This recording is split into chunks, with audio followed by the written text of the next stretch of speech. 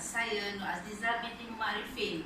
Saya mewakili Kementerian Luar Malaysia untuk membahaskan tentang isu penyeludupan dadah antarabangsa yang semakin berluasa pada masa kini serta kepentingan isu ini di Malaysia dan antarabangsa. Tuan Presiden, hari ini penyeludupan dadah ke negara luar maupun Malaysia oleh warga asing semakin membimbangkan dan jumlahnya semakin meningkat.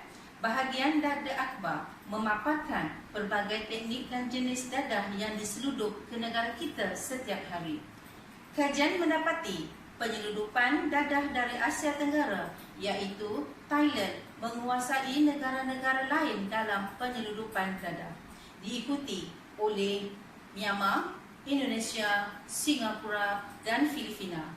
Adapun Timur Tengah pada masa yang sama, warga negara Iran merupakan paling banyak terlibat dalam penyeludupan dadah.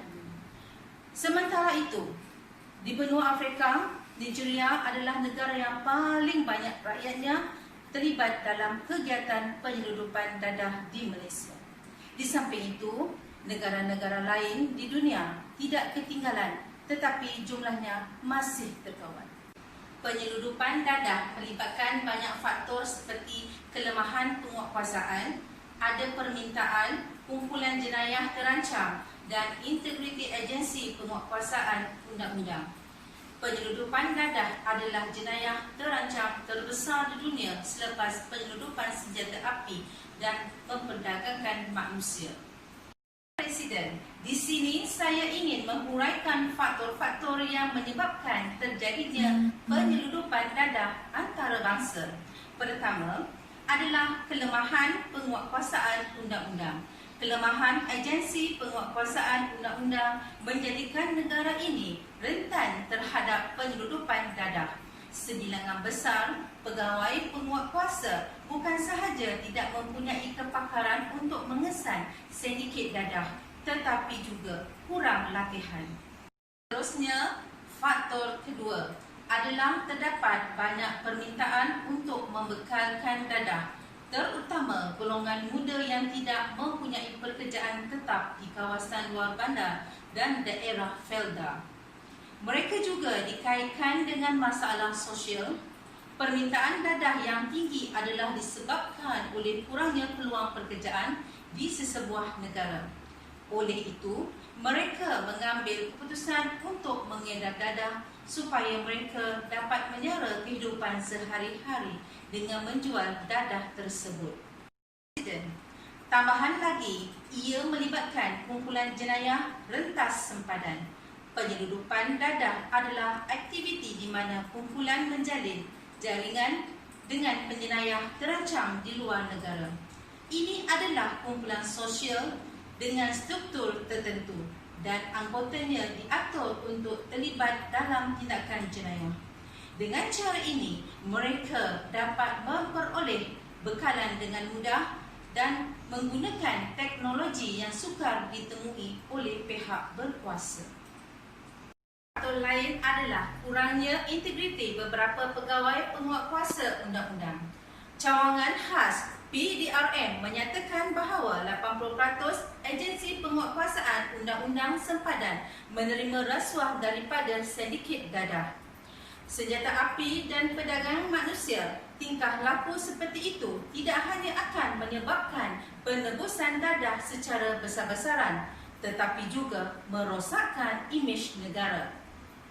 Presiden, terdapat beberapa kesan penyeludupan dadah yang perlu dititik beratkan untuk kesejahteraan negara. Antaranya adalah imej negara akan tercemar, risiko penularan penyeludupan dadah serta hubungan antara dua negara akan menjadi keruh. Saya akan menguraikan kesan penyeludupan dadah yang memberi impak kepada negara kita. Pertamanya adalah imej negara akan tercemar apabila negara kita seolah-olah membenarkan jualan dadah dari negara jiran secara haram. Oleh itu, ia mengabarkan ketidakupayaan negara menangani masalah penyeludupan maupun kawalan sempadan. Negara menghadapi risiko menulangnya jenayah penyeludupan yang berbahaya. Ianya terjadi disebabkan oleh kelonggaran kawalan sempadan boleh ditafsirkan sebagai tidak suka untuk menebusi pasaran negara tersebut.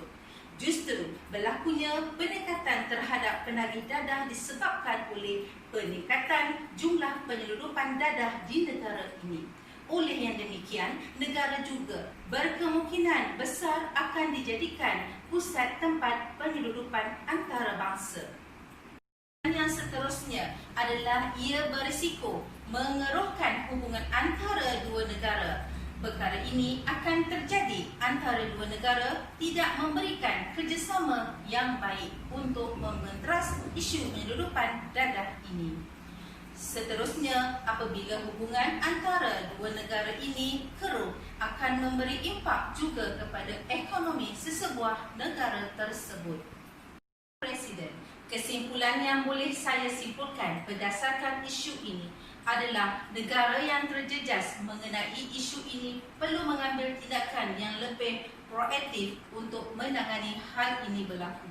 Justru, negara perlu mengambil inisiatif seperti memasang kamera litar pintas di lapangan terbang, iaitu pintu masuk antarabangsa.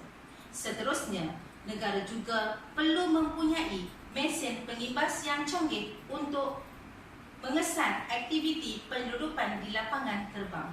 Oleh itu, saya sebagai wakil dari Malaysia ingin menyeru agar Suruhanjaya Pertubuhan Bangsa-Bangsa Bersatu bertanggungjawab untuk membanteras isu penyeludupan dadah antarabangsa ini agar dapat meringankan beban negara yang terlibat. Sekian, terima kasih.